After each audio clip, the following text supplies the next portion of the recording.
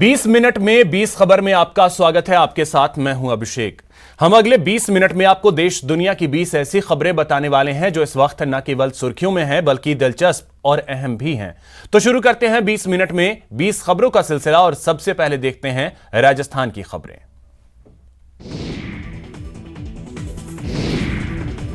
को देखकर आग के इन शोलों को देखकर अंदाजा लगाना मुश्किल है कि आग लगी है तो लगी किस में है, क्या है जो इस कदर जल रहा है जिससे आग और धुएं का गुबार निकल रहा है। भीषण आग की ये तस्वीरें बाड़मेर के सिरधरी की हैं और ये आग एक ट्रक में लगी है। बताया जा रहा है कि सिरधरी के मेगा हाईवे पर गादशेरा पुल के पास इस ट्रक से ड्राइवर का नियंत्रण खो गया। इसके बाद ये ट्रक पुल से नीचे गिर गया। पुल से नीचे गिरते ही ट्रक में भयंकर आग लग गई। ट्रक में लगी आग को देखकर ड्राइवर ने ट्रक से कूदकर अपनी जान बचाई। बताया जा रहा है कि ट्रक में रिफाइंड ऑयल भरा था जिसकी वजह से आग ने विकराल रूप अख्तियार कर लिया।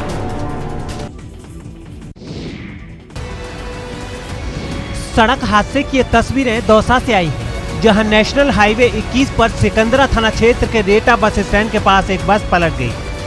बस पलटने की वजह से मौके पर अफरा तफरी मच गई। जो लोग बस के अंदर थे वो बाहर निकलने की जद्दोजहद में परेशान थे, तो जो लोग बाहर थे वो अंदर फंसे लोगों को बाहर निकालने की कोशिश में लगे थे। बस पलटने की खबर मिलते ही पुलिस और इमरजेंसी सर्विस के लोग भी मौके पर पहुंच गए थे और अंदर फंसे लोगों को एक एक कर बाहर निकाल लिया गया। बताया जा रहा है कि 20 से ज्यादा यात्री इस हादसे में जख्मी हुए हैं और उन्हें अस्पताल में भर्ती करा दिया गया है। खास बात यह है कि पास में अस्पताल होने की वजह से पीएमओ समेत 10 डॉक्टरों की टीम मौके पर पहुंच गई थी और जल्द ही घायलों को इलाज मुहैया हो सका। चल यार धक्का मार। जी हाँ, बाड़मेर के सरहदी इलाकों में आजकल कुछ ऐसा ही नजारा दिखाई दे रहा है। देखिए इस बस को जो चलते चलते रेत में फंस गई और फिर जो हुआ आपके सामने है। गर्मी और तेज धूप में बस में सवार यात्रियों को नीचे उतरना पड़ा और फिर रेत में फंसी बस को बाहर निकालने के लिए धक्का मारना पड़ा। लेकिन बस इतनी आसानी से कैसे निकल जाती? काफी देर तक यात्रियों ने चिलचिलाती गर्मी में पसीना बहाया, तब कहीं जाकर बस आगे बढ़ पाई और यात्रियों की जान में जान आई।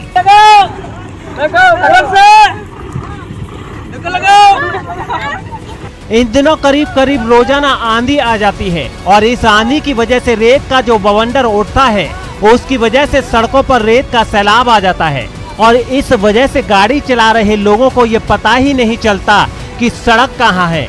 ऐसे में जरा सी चूक होते ही गाड़ी रोड से फिसल कर नीचे चली जाती है और फिर शुरू होती है धक्का मार के गाड़ी को सड़क तक लाने की कोशिश। अस्पताल में इलाज करा रहे ये लोग रतनगढ़ के मालपुर गांव के रहने वाले हैं। बताया जा रहा है कि गुरुवार की शाम एक खेत में काम करने के दौरान इन लोगों ने खाना खाने के बाद चाय पी थी, जिसके बाद इनकी तबीयत बिगड़ गई। कुछ ही देर में चाय पीने वाले 8 लोगों की हालत खराब होने लगी। इनमें से कई बच्चे भी शामिल थे। आनन फानन में इन सभी को पास के अस्पताल में भर्ती कराया गया, जहां से इन्हें हायर सेंटर रेफर कर दिया गया। इलाज के दौरान हरिराम और उनके बेटे जयपाल की मौत हो गई। घायल लोगों में अभी भी कई लोगों की हालत गंभीर है। बताया जा रहा है कि इन लोगों ने जो चाय पी थी वो चाय विषाक्त हो गई थी, जिसकी वजह से 2 लोगों की जान चली गई और 6 लोग जिंदगी और मौत के बीच झूल रहे हैं। गौर से देखिए इस शख्स को, गले में तौलिया लपेटे, मुंह पे पुड़िया डालकर बैंक के अंदर जाते हुए इस शख्स को। पहली नजर में ही ये शख्स शातिर नजर आता है और बैंक के अंदर इसने जो किया उससे इसके शातिराना हरकत का अंदाजा हो जाता है। बैंक के अंदर पहुंचते ही ये शख्स एक शराब व्यवसायी के बगल में बैठ गया। जब शराब व्यवसायी नोटों की गड्डी निकालकर उसे गिनने की कोशिश कर रहा था तो इसने उसके नोटों की गड्डी में लगी रबड़ तोड़ दी। रबड़ टूटने पर व्यवसायी नाराज तो हुआ, लेकिन सारे नोट इसके हाथों में देखकर उसने इसे डांट डपट कर छोड़ दिया। डांट खाने के बाद इसने मुंह बना लिया और फिर बाहर निकल गया। उधर जब व्यवसायी ने अपने नोट गिने तो उसके होश उड़ गए। उसकी नोटों की गड्डी से 500 के 51 नोट गायब थे। इस वारदात की खबर पहले तो उसने बैंक अधिकारियों को दी और फिर पुलिस में रिपोर्ट लिखवाई। अब पुलिस इस सीसीटीवी फुटेज के जरिए इसकी तलाश में जुटी है।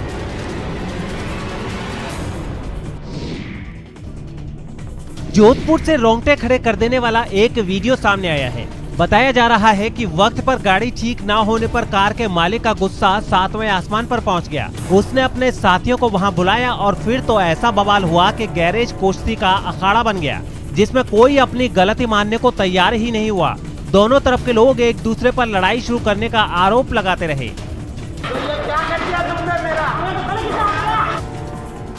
कार के मालिक के साथियों ने गैरेज के लोगों को तो पीटा ही, गैरेज में खूब तोड़फोड़ भी की। लोहे की रॉड से वहां रखी चीजों पर हमला किया गया।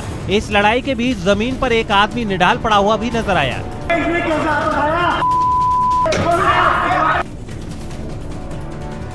हंगामा करने के बाद कार का मालिक और उसके साथी गैरेज से जाने लगे, लेकिन जाते जाते भी उन्होंने वहां खड़ी गाड़ियों पर अपना गुस्सा निकालकर ही दम लिया।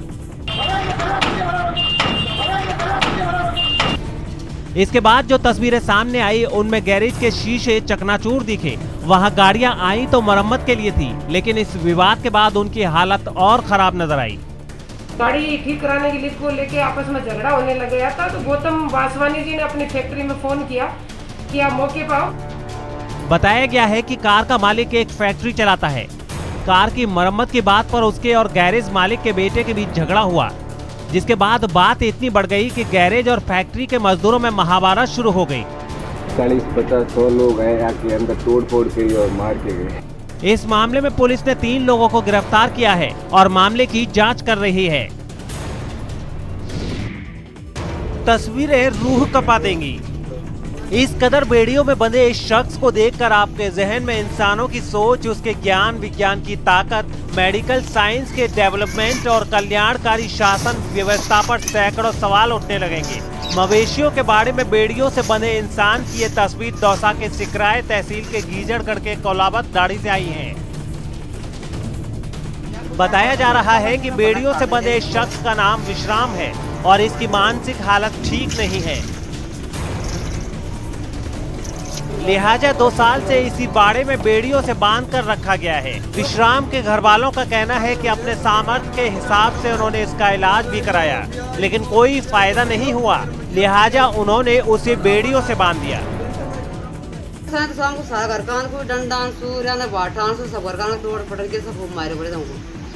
कुमारी बाप कुमारी भाई कुमार कुमारी पास मेरे थोड़ा कुमारी दुकान सब के साथ। विश्राम की हालत दयनीय है।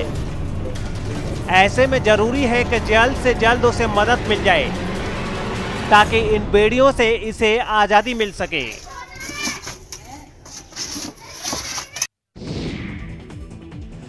कोरोना की नई लहर के बीच मजदूरों के पलायन की भी शुरुआत हो गई है।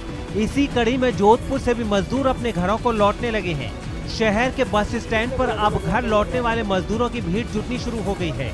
घर लौटने के लिए बस में सीट से लेकर उसकी छतों तक पर सवार ये लोग मध्य प्रदेश के रहने वाले हैं। मध्य प्रदेश के कुछ इलाकों में लॉकडाउन और पाबंदियों के बाद इन्हें राजस्थान में भी लॉकडाउन लगने का डर सता रहा है और उसी डर की वजह से ये मजदूर अपने घर को लौटने लगे हैं।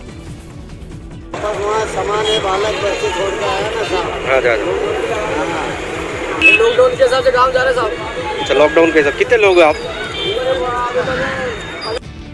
12 जिले की छिपा बड़ौद थाना पुलिस की गिरफ्त में आया ये शख्स हथियारों का तस्कर है और पुलिस ने इसे गश्त के दौरान हथियारों के साथ गिरफ्तार किया है। पुलिस से मिली जानकारी के मुताबिक पुलिस रोज की तरह गुरुवार को भी गश्त पर निकली थी। जब पुलिस की टीम छाबड़ा रोड के ईदगाह के पास पहुंची तो ये शख्स पुलिस को देखकर गोविंदपुरा की ओर भागने लगा। इसे भागते देख पुलिस को शक हुआ और फिर इसे दौड़कर पुलिस वालों ने पकड़ लिया।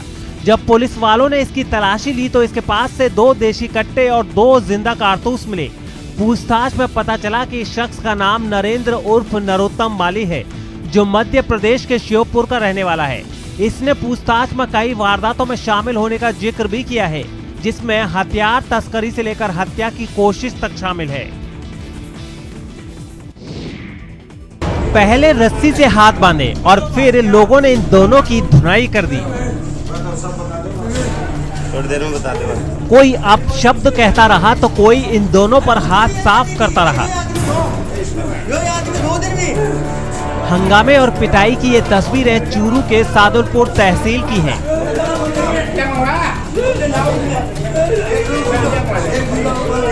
जहां हमीरवास थाना के रामपुरा में ठगी के आरोप में भीड़ ने 3 लोगों को पकड़ा और फिर इनकी जमकर खातेदारी कर दी। बताया जा रहा है कि ये तीनों हरियाणा से फर्जी वाणिज्य कर अधिकारी बनकर यहाँ ठगी करने आए थे। तीनों जिस बोलेरो गाड़ी से आए थे वो जयपुर नंबर की थी और उस पर राजस्थान सरकार और वाणिज्य कर अधिकारी की नेम प्लेट भी लगी थी। ये तीनों यहाँ पहुँचते ही मैशर्स रोशन लाल महेश कुमार फर्म में पहुंचकर कागजात वगैरह जांच करने का नाटक करने लगे। तभी इनको कुछ लोगों ने पहचान लिया, क्योंकि कुछ दिन पहले यही लोग इसी गांव में सीटीओ बनकर ठगी करने आए थे। जैसे ही लोगों ने इन्हें पहचाना, इन्हें पकड़ लिया गया और पूछताछ के दौरान ही इनकी खातिरदारी शुरू कर दी। बाद में मौके पर आई पुलिस ने इन्हें गिरफ्तार कर लिया। तो 20 मिनट 20 खबर में अब देखते हैं कुछ दूसरे राज्यों की खबरें।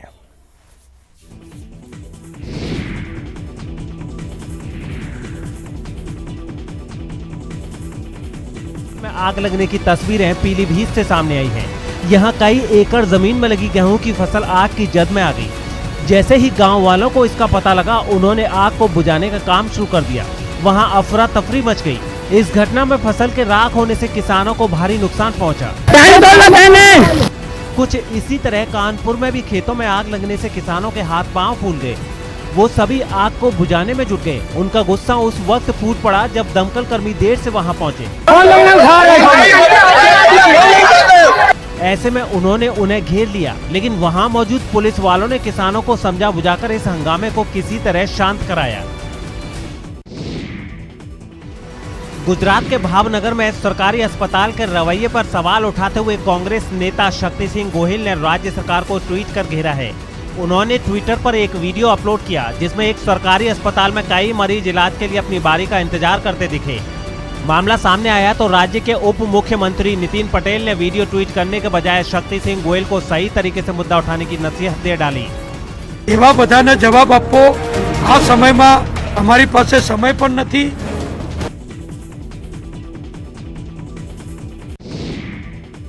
कोरोना से बुरी तरह जूझ रहे मुंबई में नियमों का पालन नहीं करने वालों पर बीएमसी ने कार्रवाई तेज कर दी है। कोरोना मरीजों की तादाद तेजी से बढ़ने के बाद वहां भीड़ भाड़ वाले इलाकों में धारा 144 लागू है, लेकिन दादर सब्जी मंडी में लोग नियमों की जमकर धज्जियां उड़ाते दिखे। वहां ना तो धारा 144 जैसी चीज दिखी, ना ही कोई सोशल डिस्टेंसिंग। हालांकि ज्यादातर लोगों ने मास्क लगाए तो जरूर थे, लेकिन वो भी सिर्फ कार्रवाई से बचने के लिए। लोग बिल्कुल बेफिक्र होकर बाजार में सब्जियां खरीदते नजर आए। कोरोना मरीजों की संख्या लगातार तेजी से बढ़ती जा रही है, वहीं लोग जो हैं अभी भी बेफिक्र की सारी हदें पार कर रहे हैं। बाजार की ये हालत देख बीएमसी की टीम वहां पहुंची और कार्रवाई शुरू कर दी। नियमों का पालन नहीं करने वाले दुकानदारों का सामान उठाकर गाड़ी में लाद दिया गया। सब्जी मंडी में नियमों का पालन हो और भीड़ ना बढ़े, इसके लिए वहां बैरिकेड लगाने के साथ पुलिस को भी तैनात कर दिया गया, लेकिन लापरवाह लोगों के आगे ये इंतजाम भी नाकाम नजर आए। उद्धव सरकार के खिलाफ महाराष्ट्र के कई शहरों में हजारों व्यापारियों ने जोरदार प्रदर्शन किया। कोरोना मरीजों की संख्या में लगातार हो रहे इजाफे को देखते हुए राज्य सरकार ने कुछ दिन पहले ये फैसला लिया था कि 5 अप्रैल की रात 8 बजे से 30 अप्रैल तक वहां सभी दुकानें बंद रहेंगी। इसी फैसले के विरोध में व्यापारी खड़े हो गए। नागपुर से जो तस्वीरें सामने आई, उनमें बड़ी संख्या में व्यापारी सड़क पर जुटे दिखे, जिन्होंने थाली बजाकर सरकार के इस फैसले का विरोध किया। व्यापारियों के प्रदर्शन के दौरान वहां मौजूद पुलिस वालों ने लगातार हालात को संभालने की कोशिश की। पुणे में भी कुछ इसी तरह व्यापारियों का गुस्सा फूटा। वहां हाथों में बैनर लेकर कुछ व्यापारी फुटपाथ पर खड़े हो गए, जबकि हजारों व्यापारियों ने बीच सड़क पर जुटकर विरोध प्रदर्शन किया। इन व्यापारियों ने इलाके में रैली भी निकाली और अपनी मांगे राज्य सरकार के सामने रखी। की दुकानें खुली करके दे, अन्यथा कल सुबह हम सब व्यापार खोलेंगे। देश के कई राज्यों में कोरोना का कहर जारी है और वहां लॉकडाउन समेत कई तरह की पाबंदियां भी बढ़ा दी गई हैं, लेकिन लोग सोशल डिस्टेंसिंग और मास्क पहनने की अहमियत नहीं समझ रहे। इसकी एक वानगी राजधानी दिल्ली से भी सामने आई, जहां बेहद भीड़ भाड़ वाले सदर बाजार में सुबह सवेरे ही लोगों की भारी भीड़ नजर आई। सोशल डिस्टेंसिंग तो दूर की बात, वहाँ कई लोग बिना मास्क के घूमते नजर आए। 24 घंटे में कोरोना के 5500 से ज्यादा मामले सामने आए हैं। जो ये तस्वीरें सदर बाजार की, जहां पर हम आपको दिखा रहे हैं कि किस कदर भीड़ है। कुछ ने नाम के लिए मास्क पहना तो था, लेकिन उसके नाक और मुंह से नीचे लटक रहा था, और जैसे ही कैमरे की नजर उन पर पड़ी तो उन्होंने खट से उसे ऊपर चढ़ा लिया। बात करते वक्त मास्क उतार दिया, क्या फायदा? वो बात कर रहे सुनाई नहीं दे रही है थोड़ी सी। लोग लॉकडाउन भी नहीं चाहते और लापरवाही बरतने से भी बाज नहीं आ रहे। हद तो तब हो गई जब एक आदमी ने कोरोना को अफवाह तक बता दिया। लॉकडाउन लगना चाहिए? नहीं लगना चाहिए। तो फिर कैसे कोरोना के मामले ठीक होंगे? कोरोना तो अफवाह है। हालांकि पुलिस प्रशासन और सरकार लोगों से हर तरह से कोरोना नियम मानने की अपील करने में जुटे हैं, ताकि फैल रही महामारी को किसी तरह काबू किया जा सके। गुजरात के बनासकांठा से चौंकाने वाली तस्वीरें सामने आई हैं। वहां जुर्माना लगाए जाने से भड़के लोगों ने पुलिस पर ही हमला कर दिया। बताया गया है कि पुलिस ने ट्रैफिक रोकने के आरोप में वहां से गुजर रहे बाइक सवार पर जुर्माना लगा दिया, लेकिन इससे दोनों बाइक सवार भड़क गए और पुलिस पर ही हमला कर दिया। सामने आई तस्वीरों में कुछ लोग पुलिस से हाथापाई करते नजर आए। इनमें एक ने तो पुलिस पर डंडे से हमला करने की कोशिश की। इस दौरान उसे काबू करने की कोशिश की गई, लेकिन वो नहीं माना और उसने पुलिस वालों की तरफ डंडा तान दिया। लेकिन इस हमले के बाद पुलिस वालों का पारा भी हाई हो गया। उन्होंने हमलावर से डंडा छीनकर उसकी धुनाई शुरू कर दी। इस बीच कुछ दूसरे पुलिस वाले भी वहां पहुंचे और उन्होंने आरोपियों पर डंडे बरसाने शुरू कर दिए। हमलावरों और उनका साथ देने वालों को दौड़ा दौड़ा कर पीटा गया। इस दौरान वहां भारी भीड़ इकट्ठा हो गई। भीड़ में शामिल कुछ लोग बीच बचाव करने की कोशिश भी करते दिखे। हालांकि बाद में पुलिस ने बाइक सवार दोनों आरोपियों को पकड़कर उनके खिलाफ कार्रवाई शुरू कर दी। चलिए अब देखते हैं कुछ अंतर्राष्ट्रीय जगत की खबरें। पाकिस्तान में पबजी गेम ने एक शख्स को ऐसा पागल किया कि उसके हाथ अपने ही घर वालों के खून से रंगे। दिल दहला देने वाली ये वारदात पाकिस्तान के लाहौर में हुई, जहां घरेलू झगड़े के बाद आदमी ने पबजी गेम के ही अंदाज में अंधाधुंध फायरिंग कर दी और अपने परिवार के 3 लोगों और एक दोस्त को मौत के घाट उतार दिया। जिसके बाद आरोपी का पिस्तौल थामे एक वीडियो भी सामने आया। बताया गया है कि खून की होली खेलने से पहले उसने सोशल मीडिया पर अपना ये वीडियो अपलोड किया, जिसमें वो गोलीबारी का जिक्र करता हुआ भी सुनाई दिया। मैंने सारा कुछ किया, ऐसे भी करके किया, ऐसे भी करके किया और ऐसे दिखा के किया। लेकिन रोंगटे खड़े कर देने वाली ये वारदात घर की 4 दीवारी में ही नहीं सिमटी। घटना का एक सीसीटीवी फुटेज भी सामने आया है, जिसमें आरोपी अपने मोहल्ले में पिस्तौल लहराता हुआ नजर आया। उसने सरेआम फायरिंग की। आदमी के सिर पर खून सवार देख गली में खड़े लोग भी उसे रोकने की हिम्मत नहीं जुटा पाए और जान बचाकर वहां से भाग खड़े हुए। गौर करने वाली बात यह है कि गोली चलाते वक्त उस शख्स ने अपने सिर पर हेलमेट पहना हुआ था, जैसा कि पबजी गेम का किरदार पहनता है। पबजी से ये बहुत ज्यादा मुतासर था ज़हनी तौर पर, और वही इसने रेप्लिका। बताया गया है कि आरोपी को पबजी गेम के साथ ही नशे की भी लत थी। अमेरिकी पॉप सिंगर रिहाना ने न्यूयॉर्क में एशियाई मूल के लोगों से भेदभाव के खिलाफ हुई एक रैली में हिस्सा लिया। इस दौरान उनके कई वीडियो सोशल मीडिया पर वायरल हो गए। इन वीडियो में एक में वो अपने चेहरे को ढककर मार्च करती भी दिखाई दी। वो सैकड़ों लोगों के साथ नाचते और झूमते हुए आगे बढ़ती नजर आईं। वो अपने हाथ में एक पोस्टर भी पकड़े दिखी, जिस पर एशियाई लोगों से भेदभाव न करने का नारा लिखा था। एक और वीडियो में रिहाना एक लड़के के साथ खड़ी नजर आई, जो उन्हें पहचान नहीं सका। लेकिन जब रिहाना ने उसके मोबाइल पर अपना इंस्टाग्राम खोला तो वो कुछ देर के लिए हैरान रह गया।